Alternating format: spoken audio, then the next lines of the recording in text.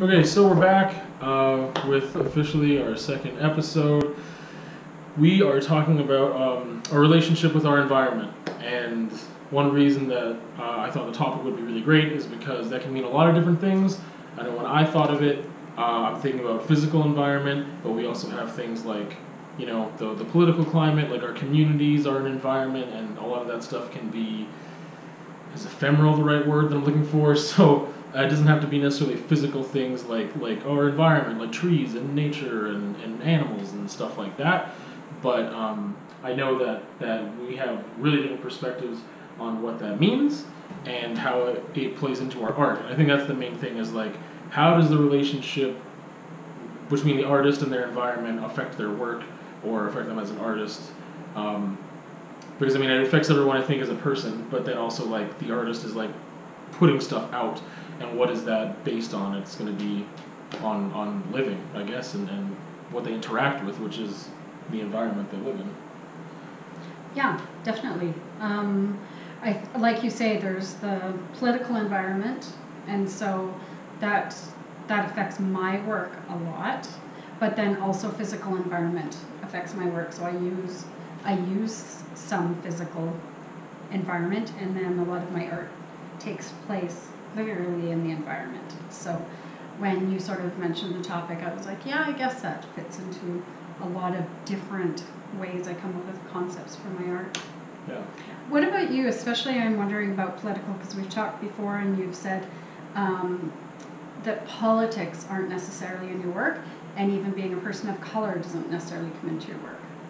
Not blatantly. Like, I mean, I guess that's that one thing too that goes into a broader like subject, is like what influences an artist's work in general. So like being a person of color obviously is my interactions on a certain basis are different than if I was white, just because of the context and stuff. However, I don't feel like they're different enough, or I don't place enough importance on them or whatever else to have it channel into my work directly. Like, I'm making a piece about my experiences with racism or something. Right. It just doesn't happen. But yeah, I think it's a good place to start maybe talking about the more ephemeral relationship with environment and stuff, because I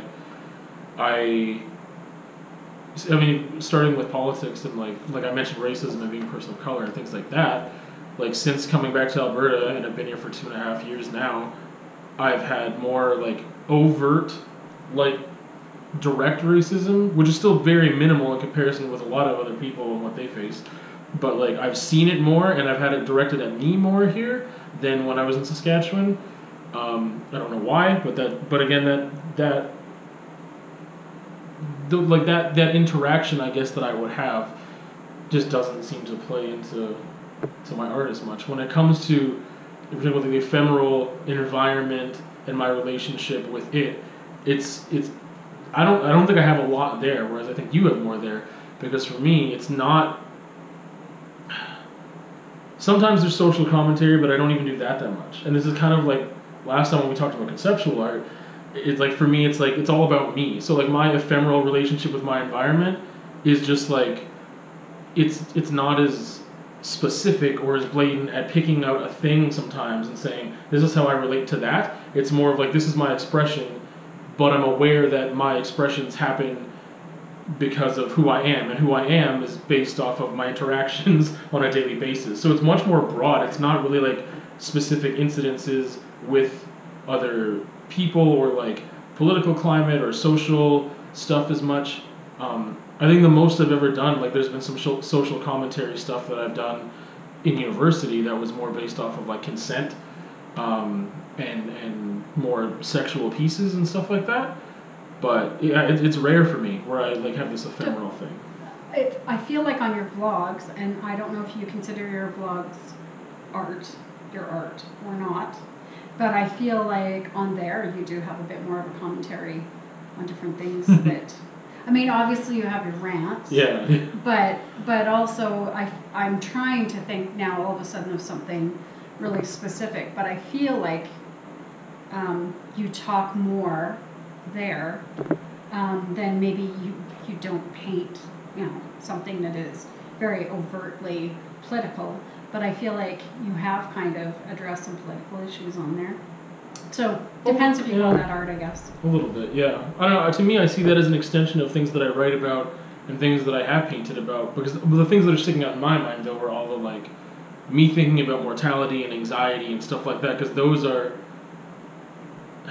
to me, those aren't even environmental factors. Like they're very much like so much me and who I am, and I know that my relationship with the current environment, with like the internet or things like that, you know, like I know that plays into my anxiety. I know there's certain things that being in this context of like living in Lethbridge, Alberta, Canada, or like the time, right? Like my environment being like the time and place that I live versus if I lived 100 years ago without internet, without whatever, like, or even 20 years ago, like when, you know, without that stuff, I know that would play into my anxiety completely differently. Like, I mean, it wouldn't play in at all, I guess. I wouldn't necessarily have the same addictions that I do when it comes to social media, or like this pressing need to always like FOMO, like always like the fear of missing out thing, and being like not being in the present as much. I think it would be a lot easier, but maybe I'd replace that with a different thing. I don't know, but that definitely, like, that stuff plays in. But well, that's an environment. Yeah. So that's an environment that a lot of people are addressing in their art too. It's not one that I necessarily do, sort of, I guess. But yeah, some of, I guess, the real obvious environmental stuff I've done is guerrilla gardening. I've done a different performance outside, so literally in the environment, addressing something. So they were very connected literally to the earth and environment, and they were very different actually than a lot of my work. So even though they were political, they were, at least I feel, really different. I mean, I did one that was painted landscapes where I literally spray painted in the winter a lot of dead plants and to bring them back to life. So it's working in the environment, but not with a political concept at all, right? What was the guerrilla gardening about? Because that was more of like a municipal government thing, if you want to get political, wasn't it? No, actually, I mean, it was literally thinking of people not having fresh food. Okay. So the first garden that I created was like municipal, was city, and it was very innocuous. It was just, I have a huge boulevard, and I was taking that boulevard and turning it into a community garden. So it was a community garden. It wasn't one that I owned. It was one where people were encouraged to come and plant, weed, and especially to take vegetables on their way home so that they had fresh vegetables. So, and then the second one that I did was in Gulp Gardens, which is a city garden here downtown, and literally digging up one of their plots and putting in plants and herbs so that there's fresh vegetables. So that's what the guerrilla gardening was about, is taking over spaces that aren't being used, and sometimes abandoned, and turning them into something where there's food. So it inherently is political, because you're sort of going against a government. You've got that sort of anarchy aspect to it. Yeah. And then of course that wanting to provide food for people, fresh food for people who might not have access to it. So it's inherently political, but it felt much different than my feminist art. Yeah. Well, I don't know, when I think, like, when you explained it to me like a long time ago the first time, even re-explaining it now to me, I see you're not using the space effectively. I can do this better, and I'm just gonna do it. Yeah. Like, and that's it. And so to me, it's like a real strong statement, especially because it fits, and I think this will kind of fit into other stuff that I'll talk about later with my interactions with the physical environment in the city and legality and stuff. But it's very soft in a way. Yeah. It's still like an aggressive statement, because it's like, I'm doing it, I'm not asking you. Yeah. But I'm feeding people, and I'm doing like a service. You know what I mean? And not in like an elitist way, like, I'm an artist and I'm providing a service because I'm yarn bombing and you have to look at my beautiful, like, it's not that. It's like literally people need food to eat, to live, and I'm going to do that in this space, and we should have more spaces. Like, I think it's just a commentary on, like, you're not doing your job effectively. That's how I see it, but that's because I come from that aggressive place, I guess. Yeah, it's not, I didn't mean it to come from an aggressive place. I meant it to come from a definite... but it is, like, it's definitely an anarchist idea and statement, right? But it's like I say, it's pretty innocuous. It is pretty soft in its. But speaking of that, when you were saying bombs and yarn bombing, I did make seed bombs. So it's like the clay and the soil and tons of wild flowers. And then giving them out free for people to throw out their windows or as they're walking along, or to plant in their garden, whatever they want to do. So that was maybe a little bit more aggressive in people, deciding that they wanted to hit somewhere that needed a bit of beauty. Yeah. So, but no, I don't know. Well, I think there's two things I had, and now I'm forgetting one of them that I needed to go before the other. Oh, snap. Oh, I think that if there was a lot of community gardens already, and if the city was doing something with that space, then you may not have felt the need, right? Right. So, and that's kind of why I'm like, yeah, this is a response to what they're doing. But the other thing is, I think that it'd be interesting to hear you frame this in the context of art. Because I think some people would be like, what the heck does gardening, like even gardening without permission, how does that fit into art? So I'm curious. Well, and it was really layered for me because I do deal with anxiety, and it was a purposeful performance project as well, for me to be out interacting with people. And I would put on different performances that people might not have seen as performances, but making lemonade and cookies, and then being out there and offering them to people coming by. And I sat another time and just invited people to sit and talk. And so they were definite performances for me, and they're all chronicled. I did a blog for 2 years. That's Lethbridge Guerrilla Gardening, I think, or lethbridgegg.blogspot, I think it's still around, where I recorded those performances and recorded what was going on. So there was that part of it as well that was definitely art-based. So the entire project to me was still a very art-based project, even though it was community garden. It was just another way that I use my activist art, I guess. So, and like I say, the performances then were something much more obvious, although probably not obvious to the public. Well, that reminds me of something, I don't remember exactly what it was now, but that's why you're here to explain it. Because I'm thinking of Galt Gardens, and I'm thinking of, you had this wedding dress thing, but that played with plants and soil and stuff too, did it not? It did. It was a wedding dress with, I think it was like a 40-foot train or more. Someone helped me, and we sewed together a bunch of secondhand wedding dresses. And then it had a garden on it, and it was done in my 3rd year of doing the guerrilla garden, because my anxiety had kind of got the best of me, and it was now something that it was like this, in the dress with this entire garden planted on it. I couldn't move, so I couldn't walk forward, I couldn't walk any other way. So it was sort of like I felt like I was married to this idea of this guerrilla garden and wanting to provide and wanting to interact.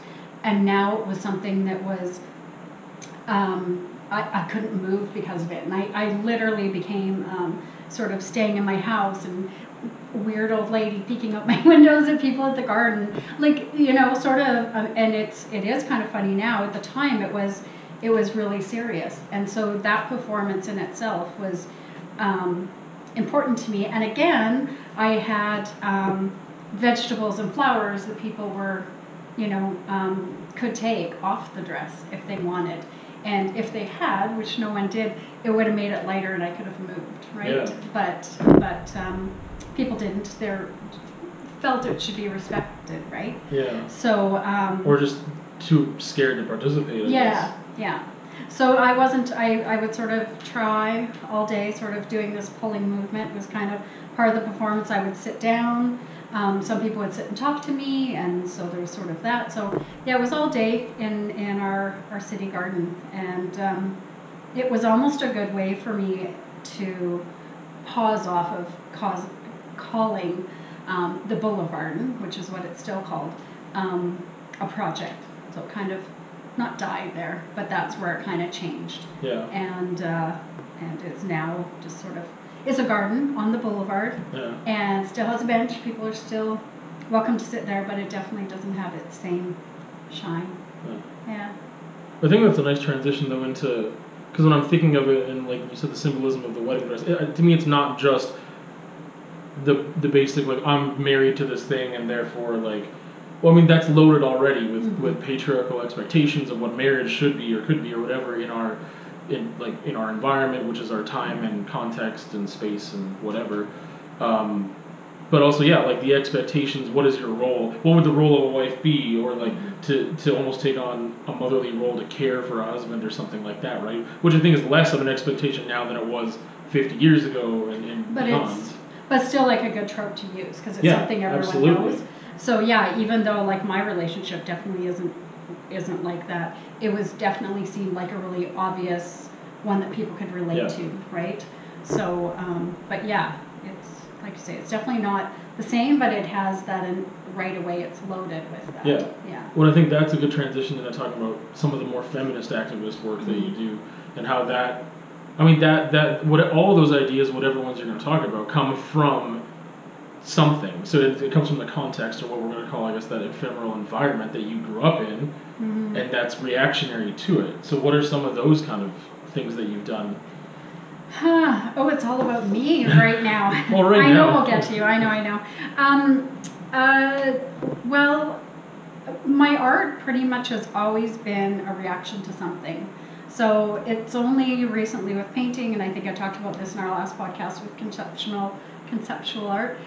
It's only with painting that I feel like I have that freedom to just sort of be in my mind or paint something that doesn't have to be a response to something. It might be, but doesn't have to be. So my art has always been political and feminist, which is political, and has mostly been around body because I have a larger, older body. So and I'm married, and so there's so many different things that seem to work through a feminist lens, or at least I work through a feminist lens. So, let's see. Well, just to kind of like bring it back to the reframing, like the relationship between you and your environment. So again, like you said, this is reactionary to something. And so, what is that something? I guess when did you? I mean, because part of this is talking about like what is the importance of that relationship, and like maybe what are the first maybe ideas of either activist art or feminist activist stuff that you started reacting to in an artistic sense? What was the maybe first couple pieces you made? Because that would have been maybe years and years of your upbringing, which would have been your environment at that time. Whether it was immediate family, could have been religious stuff, the city, how things were just in our time and space with like expectations and things that were put on you as a young woman. Well, I grew up in a very violent household, so that was always just sort of a part of what was going on and a part of me, I guess. But my art in response to my environment didn't start until university. So that's when for one thing, that's why I took some art classes. And I was also taking women's studies classes, sociology classes, all those different things that you're learning ideas and theories and pay more attention when you watch the news and all that sort of thing, right? So it started in university, which was about when I was 30 years old. And so then as I was in art and creating art, it always, everything had to do with something. It always responded to that. One piece that really directly responded was called Rock, Paper, Scissors. And I don't know if I should share this on a podcast. Well, too late now. But it was because my mother, we had been in this abusive relationship. My mom had been with my father, who was also abusive to us. And she had stayed, and I couldn't figure out why she stayed. And I asked her one time, because why did you leave? Because finally she left. And she said he was sitting there very, very drunk and kneeling at me, sort of begging me for this or that. And she said I was mending and I had the scissors. and I just felt I could just stab him with the scissors, and it was like, oh. and so that was something I addressed, and as soon as I addressed it, it kind of loosened it for me, because it was just like stuck so much in me, and I couldn't figure out how to talk about it. So that was one piece that was, when other people saw it, it wasn't that significant, right? Because there was a little bit of blood on a rock, and there was definitely blood on the scissors, and the paper was a newspaper of someone who had been abused or something. Okay. So in a way, it wasn't, it wasn't like this happened and my mother this, but it was just something that was talking about violence against women. So in the larger as well as the real personal. Yeah. I hope I'm not going off too much. But yeah, I remember having one professor who was very, what do you call it? Very not political. His work is very just object orientated. It was like aesthetics? Yeah, much more aesthetics and form, and okay. He's a sculpturist. And so we just kept saying, Laura-Lee, do you always have to have something behind your art? And I'm like, yes, I do. And it's, I guess as a woman, it's very rich, and it seems like the topics never tire out. So it's definitely, my art is informed by my environment, and so it's changed over the years, right? As I work things out, or as different things happen, and I see different things. So yeah, and often my art is propelled by a certain incident. So there you would say like something in my environment. So something will, spur on that project, rather than it just being, I don't know, I dreamt a project and then did it. It's usually something that I'm reacting in some way to something. Yeah. Which maybe is common. Maybe it's just a different way of expressing it, but it's like a very specific incident you're reacting to. Yeah, for the most part, yeah, for sure. And like you said, kind of last time too, and also this time, that a lot of it's like personal, that addresses a broader issue, because you are not in the minority, or like very, very few percentage of women to be dealing with some of these things. That this is the environment that women grow up in as a like a majority, or something like that, right? So absolutely, and like we talked about before, I mean, the personal is political, and I mean that goes for you too, and the stuff that you do. It's not just feminism. That's who sort of grabbed it and said, look, yes, we're doing personal projects.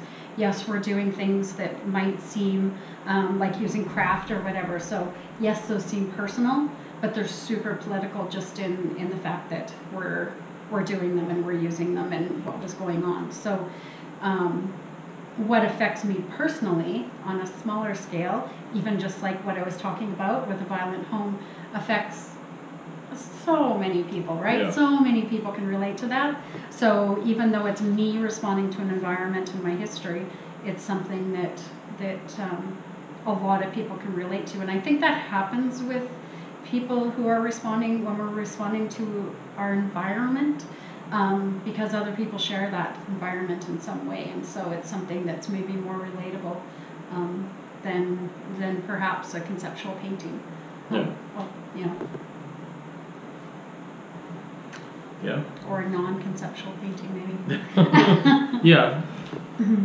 But I know what you mean. What about you? How would you say your environment has affected your art?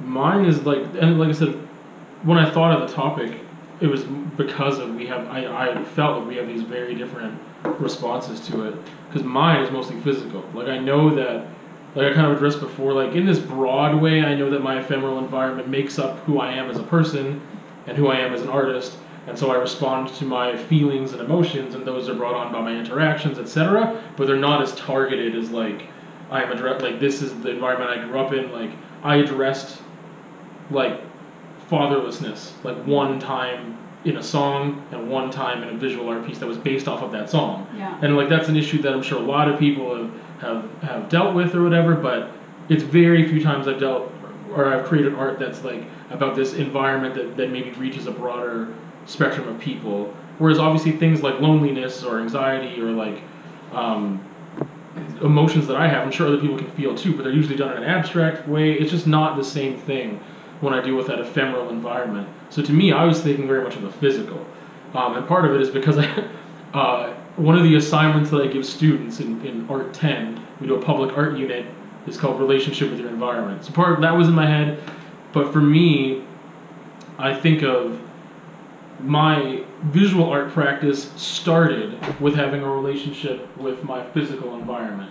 I don't remember if I think I did mention it in the introduction, that like I took art throughout high school, grade 7 to 12. It wasn't engaging. I didn't even know I liked art. I didn't know what art was. I wasn't challenged. I wasn't, engaged. That blows my mind. How can you take it for that long and not know? Well, because it was just an easy class to take. It was like still life.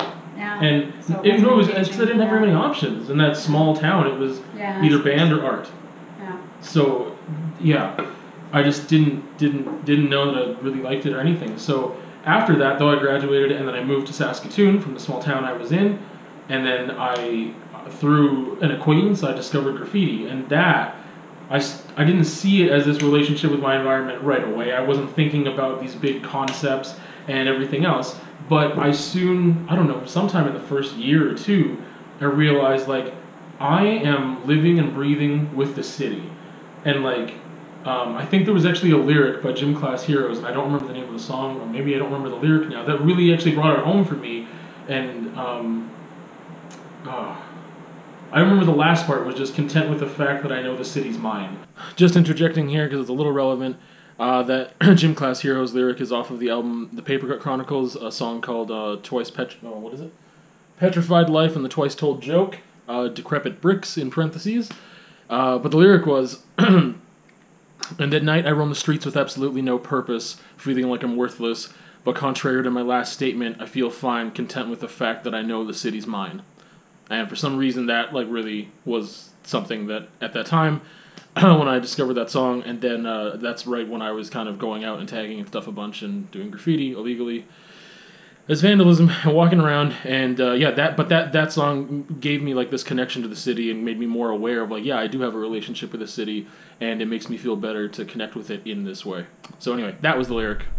And there's this whole thing with when you're participating in tagging and trying to get up, and this whole thing of ownership sometimes that can play into like graffiti culture, and the type that I was introduced to was like, we're going out and vandalizing stuff with graffiti, with letters and stuff, and it's this thing of branding, like that's mine, I was there. And so for me though, I was like, man, if I wasn't doing that, I wouldn't even know my city. Like so many people have been like, how do you know where to get everywhere? Like I've lived here for X amount of time, and I'm like, I walk all the time. I walk in alleys, I know shortcuts, I'm like walking throughout the city because I'm going out at night and tagging stuff. So like I got to know the physical environment of my city really well because of that. And I didn't think of that as art at first at all. Like it took years, and then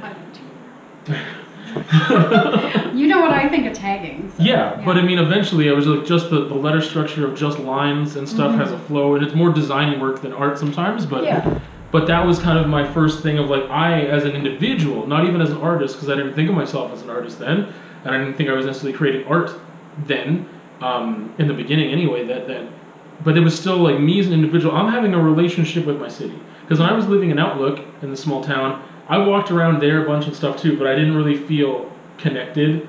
And it's really easy for me to be immediately connected to metropolitan areas, very large, like cities. It's just like, I can feel the energy. And so it's easy for me to feel a connection with that. And so in Saskatoon, like I said, even though no one was around, we're going out when it's dark, we don't see other people, hopefully, generally. But that was just like, I'm interacting with my city, I'm getting to know my city, I know the nooks and crannies, I know what's safe and what's dangerous, and like beautiful places too that I would maybe revisit later and take a picture of, or things like that. So that was my first awareness of having a relationship with my physical environment. And then I eventually started thinking about, how does that shape me as a person, how does it influence me? And then when I started university, right before I started university, I translated my illegal graffiti to legal graffiti on canvases, which ended up going into abstract work right before I started university and taking the BFA program. And then that first year, I don't remember what the assignment was, but in a first year drawing class. I don't remember, like I said, I don't remember what the assignment was, but it had something to do with representation, I think, of your city and how you interact maybe. And I remember that I did this piece of like all these squares and rectangles and buildings and lines and stairs and stuff that represented like this large city environment, but I had like spray paint and I had like shots of color and stuff that was, the spray paint cans like looked like buildings sometimes or structures, but they were the things that were colorful, whereas all these other walls and stuff were like bland and like browns and gray and white. So I remember that kind of brought my attention to it too. I'm like, oh yeah, again, this is how I interact, this is how I know myself within the city, how I relate to things. And part of that was political in a way. The very last year or so I was doing any graffiti, like illegally, was reactionary to the fact that we didn't have city space to work. I only did city property, and it was this thing of there was like one free wall in that whole city, and it was in an alley, and it was dangerous, and it wasn't in a very nice neighborhood, and no one got to see it. And I started thinking about that. Like my relationship with the city as someone who wants to paint graffiti is a negative relationship. Mm-hmm. Like the anti-graffiti unit is what it was called. And even then I was thinking about why are you, like, I do graffiti in a black book, I do it on paper, I do it on canvas. What you mean is anti-vandalism unit. But even the language of what they would have on the website and stuff like that for the Saskatoon Police Service and how they portray an art form to the public, things like that. I just started thinking about the city space and how people like me at that time who were really interested in that art form didn't have a safe place to practice, to actually have time and again physical space to actually create something that was artistic and beautiful and wonderful. It's more of like you have to find a space, do it illegally on the run, or in this dangerous place. And again, no one would see it there. Like the general public wouldn't walk down that alley and see it. So those are kind of the first interactions I really started thinking about. I'm like, I have a relationship with my environment. What is that relationship? And then kind of in that first year of university, kind of almost having that question brought to me through an assignment and then creating a piece visually that kind of represented that. And after that, I was way more aware of it all the time, not just artistically, but like taking the bus, like walking to wherever I needed to go, riding my bike within the city, just more aware of the city as its own. And how are you now? Like, because you're not doing graffiti now, or at least not illegal graffiti. So how do you relate to your environment now? Because you're in your environment a lot. Yeah, so that's definitely changed since moving to Lethbridge. Because so in Saskatoon, even then, for how many years I wasn't doing any vandalism anymore. I wasn't doing any illegal graffiti, so I wasn't interacting with my environment in the same way that I was when I started thinking about that concept. And then moving here, though, it was a completely different thing because of just geographically and how things are physically laid out in Lethbridge and just the different literal landscape.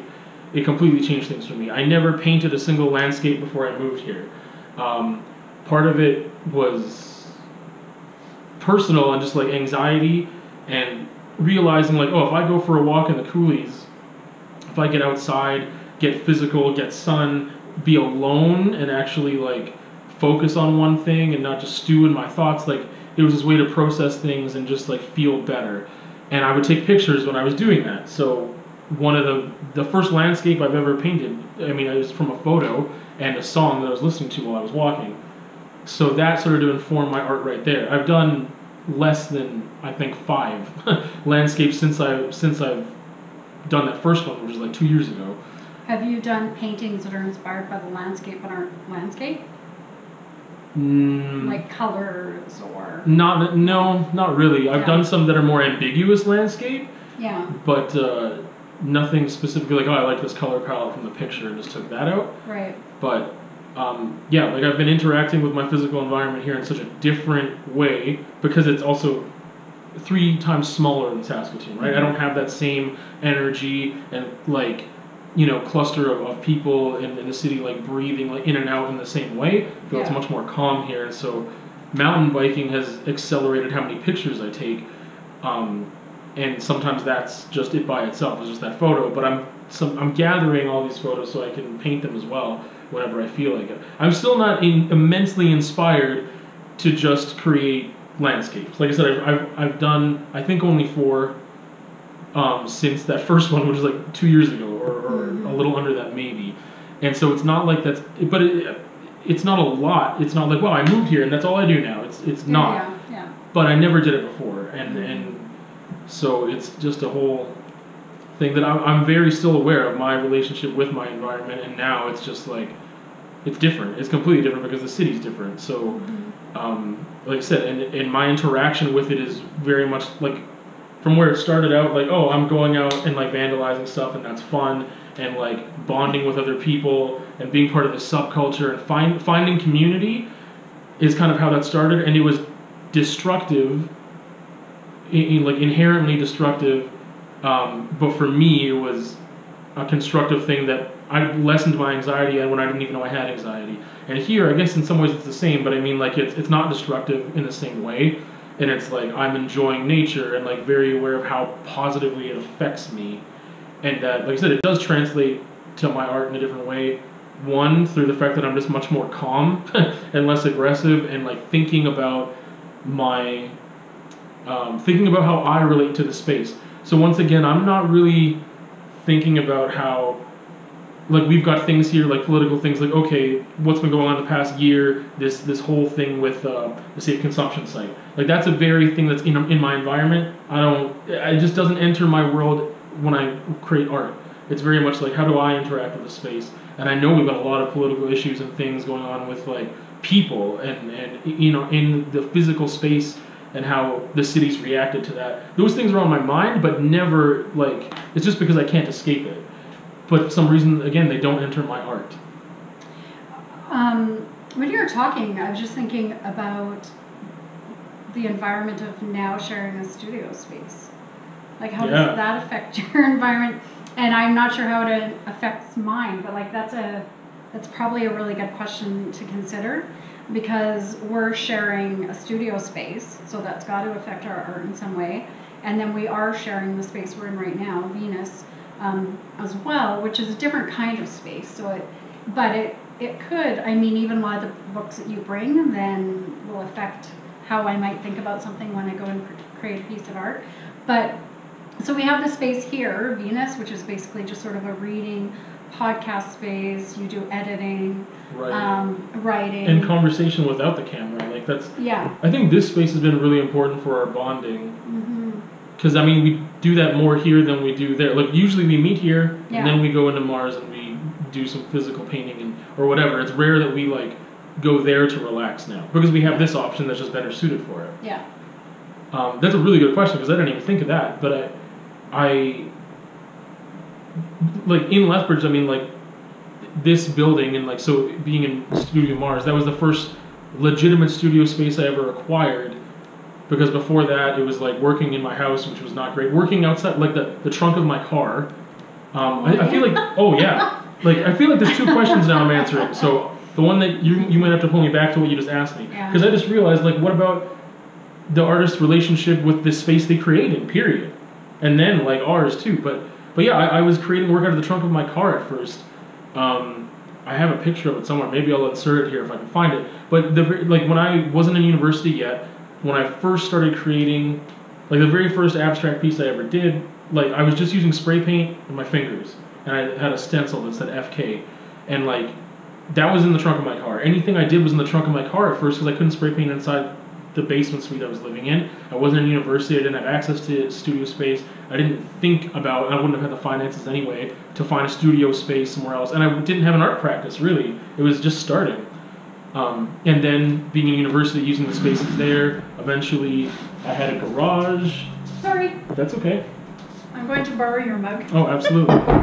And pour wine.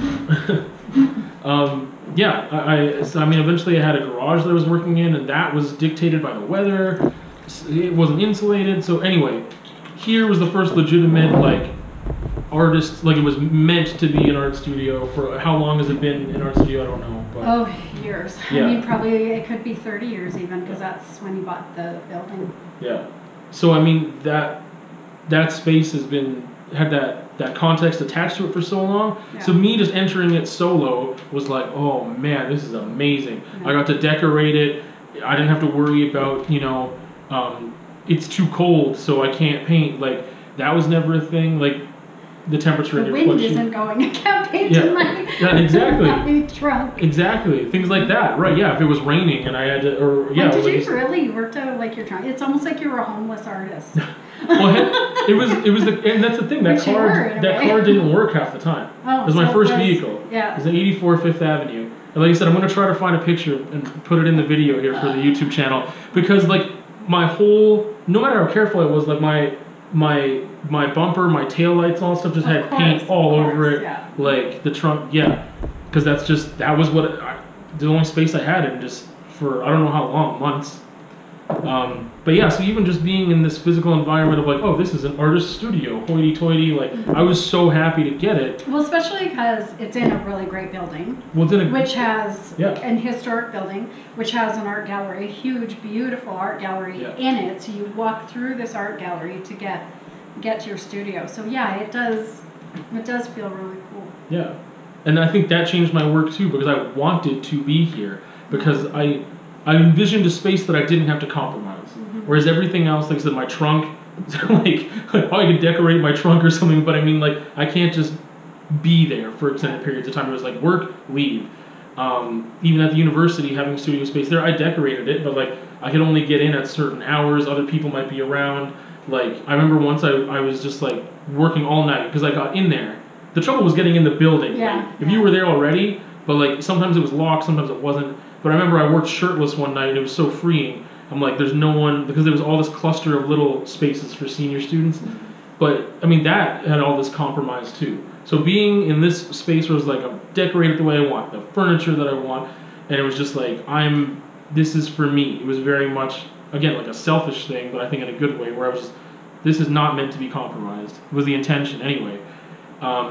That changed how free I felt, and like how I don't know, it framed things differently for me, just on an emotional, like, mental level of, I don't know if I want to call it feeling safe, but like, because again, at university or things like that, it's like someone might walk in and like, there's times where I can be self-conscious about what I'm creating in the process of actually doing it.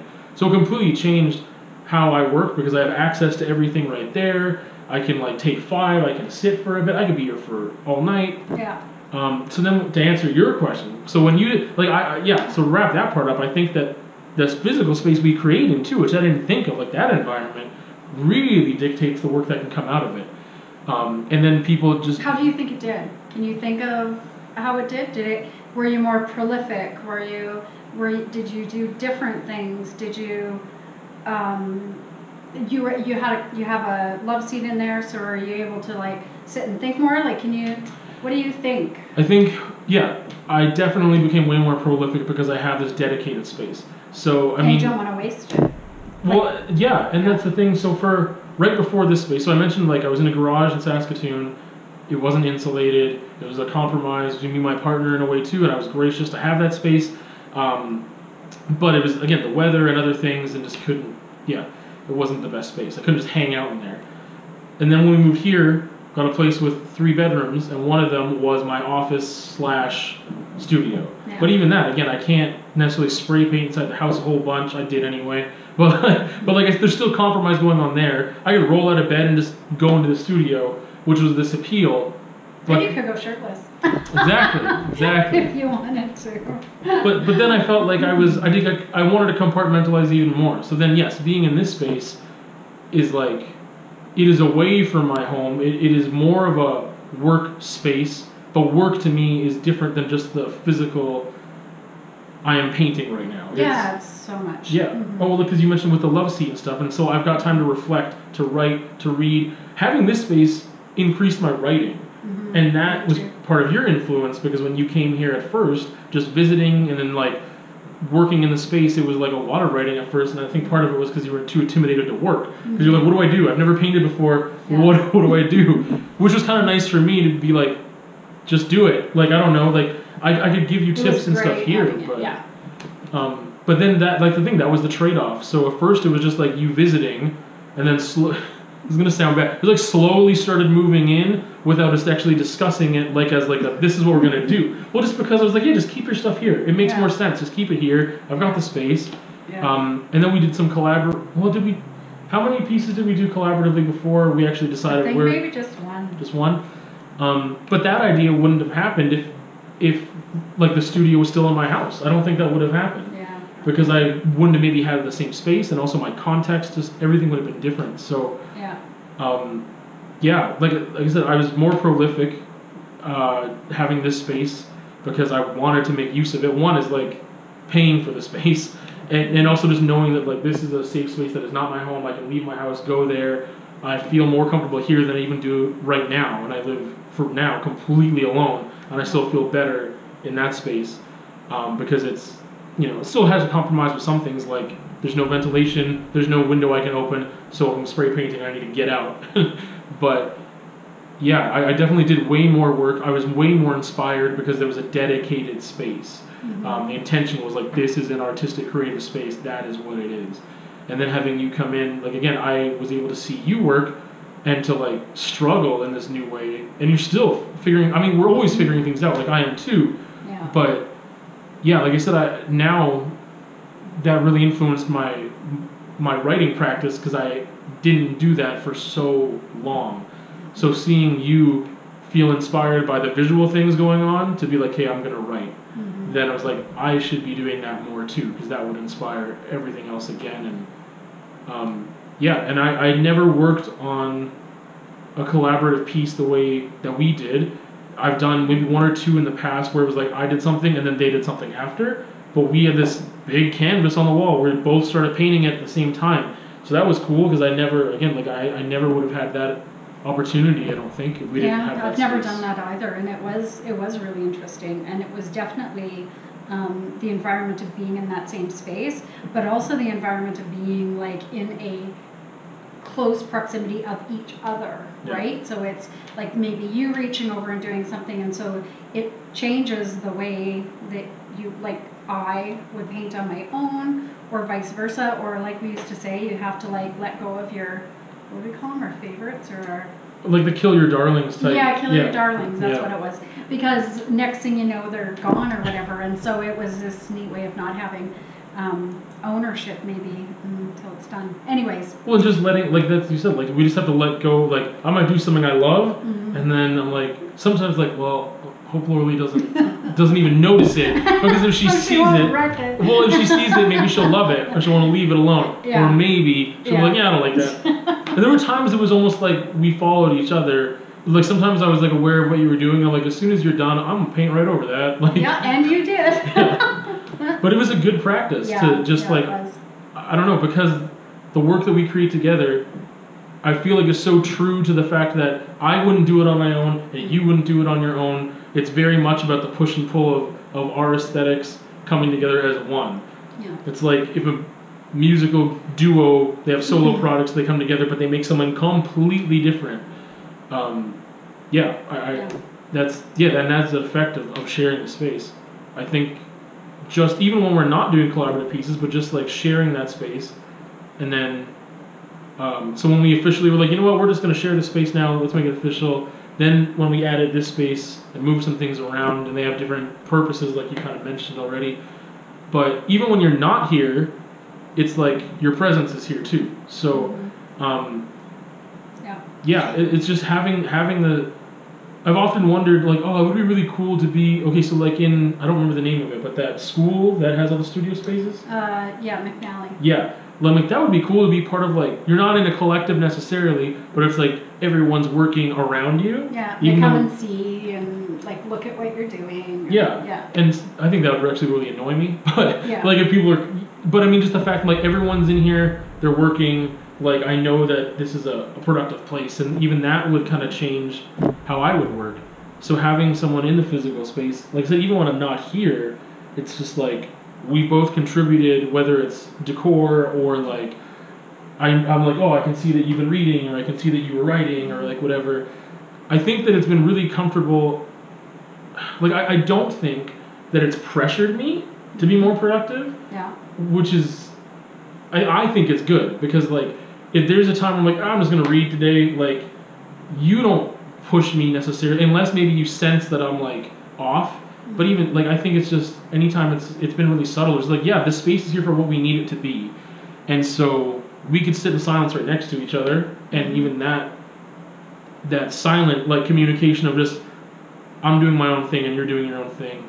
It's just an amazing thing to find someone that you can share a space with, in no matter what context, that inspires you to do what you need to do. And obviously, because we're both visual artists or just artists as a whole, and writing and doing other stuff, then I think, like I said, directly the first thing I think of is, oh, you're writing. Just the fact you are writing, not even the fact that it's good and like excellent quality, or even just things like the physicalness of like seeing your script, like can inspire men. Like it makes me want to do graffiti. Like it makes me want to play with letters again, or just the line work, or just anyway, just seeing someone else's work right there. Yeah. And especially because I think we have diverse things we do, diverse topics that we address, and also diverse like visual manifestations of whatever those topics are. Yeah, it's just been a beautiful thing. So that's definitely changed what I do and how I do it in a positive way. And I didn't ever foresee that, like, just because I'm like... Has it in a negative way? Not as a whole. Yeah. Like, I can't think of anything I've lost that's important to me by us sharing the space. Yeah. So we've had, like, discussions, if you want to call them that, discussions about how we're going to use this physical space, what are we going to do. Yeah. We've, even created as rules or whatever, and we've definitely had things where, like, in that one moment, like, this is not a fun experience, this isn't cool. Yeah. But those things weren't important to I think, either of us. Like, what we ended up with is what, like I said, as a whole, the experience has been more positive. I don't ever feel like, and part of that is just comfort and getting used to things. Like, I don't feel, what the heck, like, things were left in such a way that, like, I don't know how to. Well, that's what I do get nervous of stuff, like very practical things. Yeah. I do get nervous about thinking, oh, I should make sure, because it's like moving into someone's house, right? Then it's like kind of always their house. So even though we share the studio, it's just different. Like, I am a little bit more self-conscious of that, thinking, I hope I'm not taking up too much space. But I think I would be if I shared a space with anyone, really. Yeah. I mean, it's not because I say it with you. I just mean, like, any space you share. I think you're, aware of making sure you don't piss the other person off or something with what you do. But you are, I think it is really unique, the friendship that we've made, that we are, because sharing a space, let alone sharing two spaces, is something, right? And it's close, like it's, they're not huge spaces, especially the other one, and yet it never feels like, yes, it feels like there could be more room because I got stuff in there, but I never feel like, oh my God, like I'm trying to paint and this is happening, or it always feels kind of nice. It's kind of in this sort of cozy creative space. And it's the same thing like when you're talking about reading and writing. Same thing like today, I was painting and I look over and then I see you're doing like some reading or taking photos or whatever, and it's sort of, I don't know if comforting is the right word, it's kind of odd, but it's kind of like a nice feeling, or even when you're painting, it's like someone else is there and it's creative. On a real practical sense, I'm very inspired because obviously I'm looking at you, I'm looking at different ways you do things. I try doing things the way you do things, or using different brushes, or like, so very practically in our environment, it's enriched my practice just because I'm learning from you. And it's kind of nice because you're not the type of person that comes over and goes, you should maybe do this or that. It's mostly when I'm struggling, you might offer something, or I just, look and try and figure it out, or whatever, or just sit and take a moment too to read or whatever. So I also am really inspired with how you work. So that's I don't know, it's always, like I say, it's kind of a luxury to have these things, and I feel it's a luxury sharing a space with you too. Like it's a different, when we come in here, it's not that we're different people, but it's like I always call it magic. But it just kind of has this like niceness. It's easy. Yeah. That's that is creative, and it's the same thing here with Venus. Like it is this creative space. It is. I've written some stuff I really like in here. You're right though. I wrote more when I started there, and when you said that, I was like, you know what? I kind of think I'm missing that. Like I didn't realize it till you said that, and then I was like, oh, I kind of think maybe that's like some blocks that I'm having right now is maybe focusing on my writing a little bit more and getting some things out through writing that then helps me. So yeah, like conversations like this, right? Amazing. Yeah. So I think that our like work environment or our creative environment is really important and definitely affects the way that I do things and have learned things and am inspired by things. I also then, just looking at the studio from a personal sense, when you're not in there, I'm able to take nudes or paint nude for my other project. So it is a private space where I can lock the door, and it's a cool, interesting space. So not only have I been able to use it as a painting space, but also as a portrait space, for lack of a better word. So it's been creative that way too. But it's Mars is really noisy, like, because you have so much stimulation, right? Yeah. And there's paintings where, actually the one that you have, that was completely inspired by, you know, the photos that were in front of me when we were doing stuff. So you have a very visual way of looking at things, and there's all kinds of visual candy over every single wall, every single space. Yeah. So it's wallpapered with just cutouts from magazines, and there's mannequins and stickers. Yeah, it's very but and then music in that environment is, so I think that's another thing that we can consider environmental is definitely the music that's being played. And I mean, I think it was the last time we were in the studio, not this time, maybe it was a couple times ago, it doesn't really matter. But I think I asked for quiet music, or I asked for a specific band or something you put on, and then it changed your mood. Yeah. And you were like, oh, I don't feel like painting now. And so there's sort of where the environment ended up like or like, you know, taking away your creative juices, like it kind of, or maybe it put it into something different. Yeah, I don't know, just maybe different context or something, right? Yeah. But it's sort of that immediate environment that I don't know. It's really important to me, and I think that it's really key in the way I create. And I think I create outside the studio, you create outside the studio too. Yeah, not really visual stuff, but yeah, I get some writing done outside. Yeah. For sure. Well, and then photography I know, too. Yeah, like I consider like a lot of the stuff that you do, like you do so much photography, and I don't know, like even going through our coolies and stuff like that, I consider a lot of that art that you're doing. So, but yeah. I think one thing you mentioned that I definitely felt, and I forgot to mention, was that it was I think it was more difficult for me than you to transition into.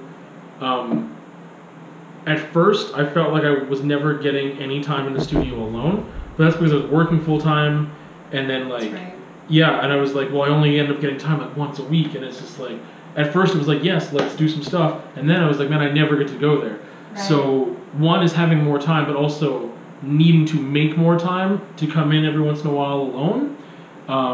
That in the past, like how many months, it's been so perfectly balanced for me, is like, I can come in here and have my own vibe and whatever else.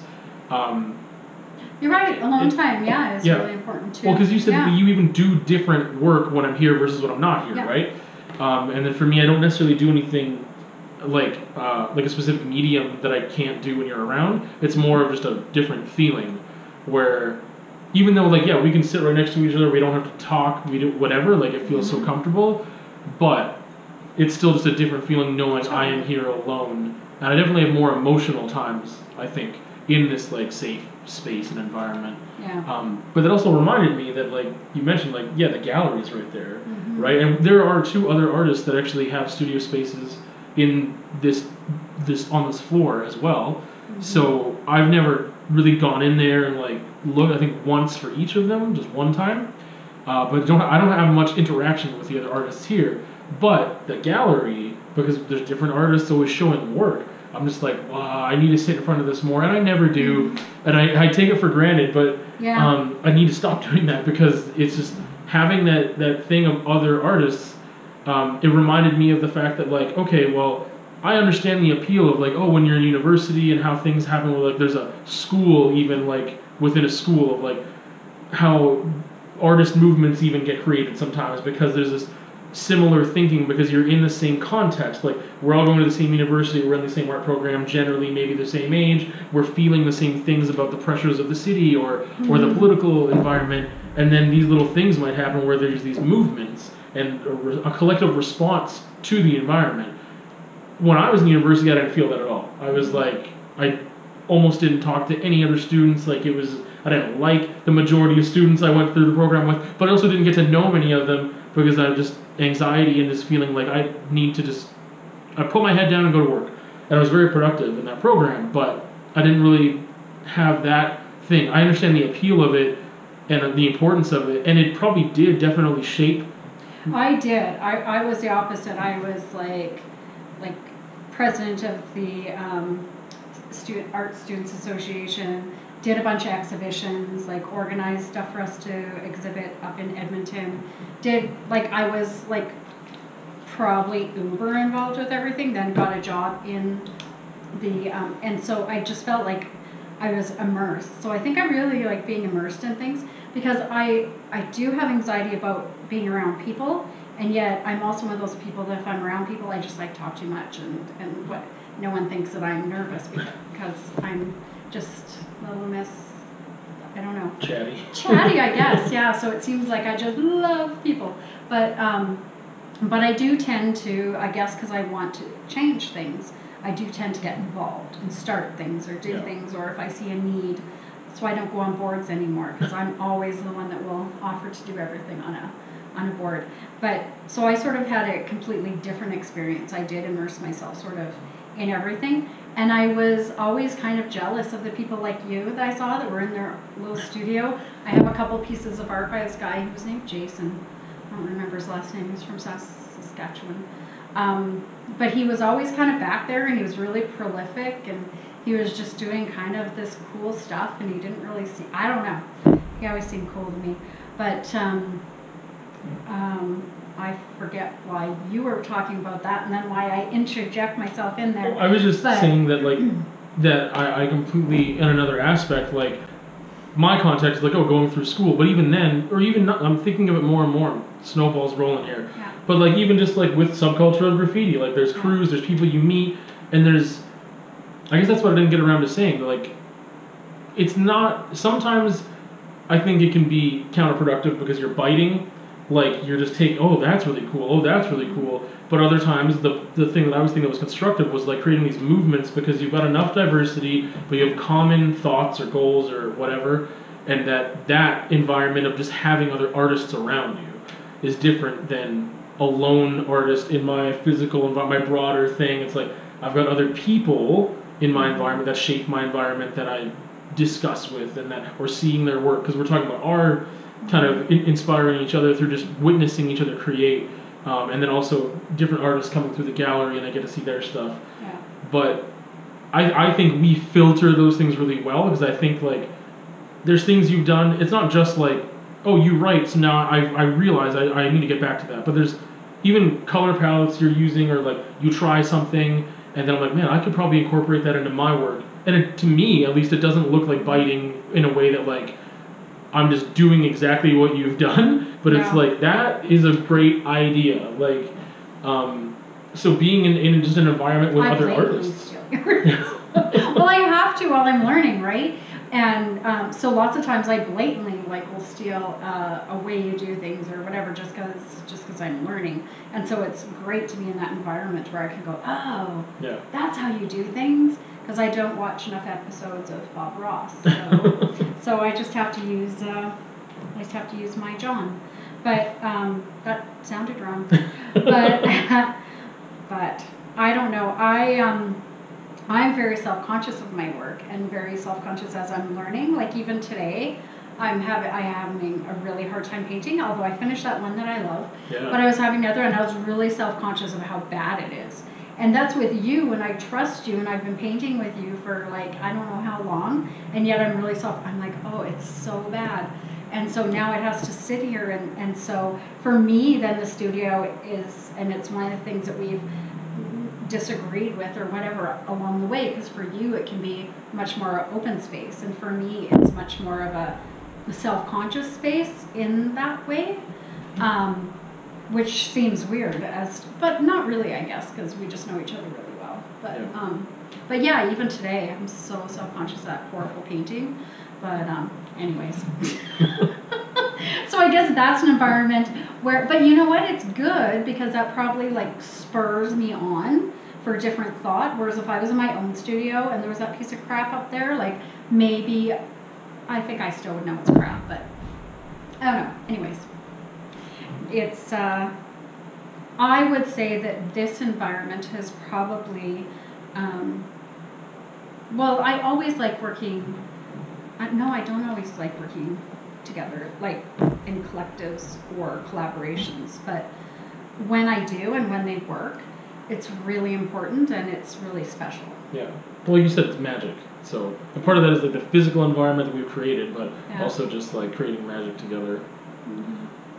I think like... Which sounds cheesy. Yeah, but it is special. It's art magic.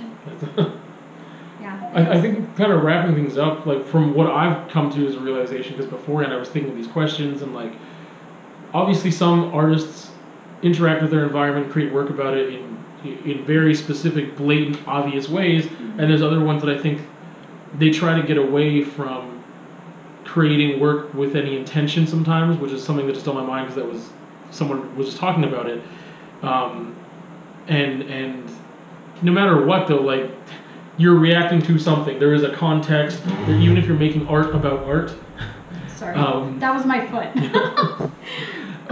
If you're making art about art and it's just purely aesthetics, or it's just like it's still reactionary to the artistic environment. Even, yeah, it's still like, saying something. Absolutely. Yeah, it's built off of some stimuli. You are reacting to stimuli somehow. So I think that it's ultra important, depending on how you take that word environment, that there's no escaping that artists have a relationship with their environment because you are existing, you're conscious and aware, and you are, even if you're not physically moving about, you know, even if you were stationary, there's things going on around you that you understand and take in, and then somehow spit something out. I just think it's interesting how we relate with our environment. What do we do with it? What do we think about it? Yeah, it's still really important to me to think about how the city influences me as a person. Yeah. And then obviously, because art's so important to me, how me as a person, how that influences my art that I create. And how you influence the city. Yeah, and that's another thing. We kind of touched on it a little bit with both of us, like creating like the guerrilla gardening or whatever, that you influence the city back. Like you can beautify the city or be destructive. Yeah.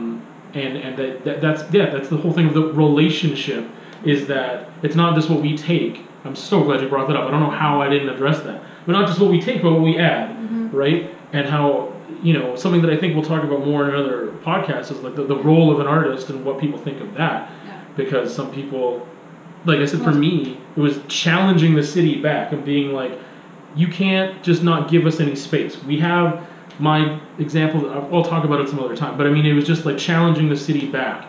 And even with the gardening that you did, like that's kind of a challenge in a way, and also providing a service and like I said, it was. And then the mayor came to my garden and like was happy and was saying, yeah, everyone should do it. And I gave him like a tomato and some basil, and so he totally like made me lose my guerrilla cred.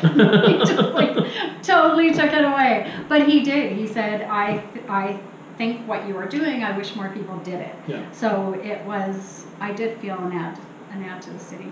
Besides, I got to be on CBC, like radio, so that like, was a dream. I didn't get the same attention from my your city. Destructive ways. Yeah. Oh well, that's some artist life. Yeah. Mm-hmm. There you go.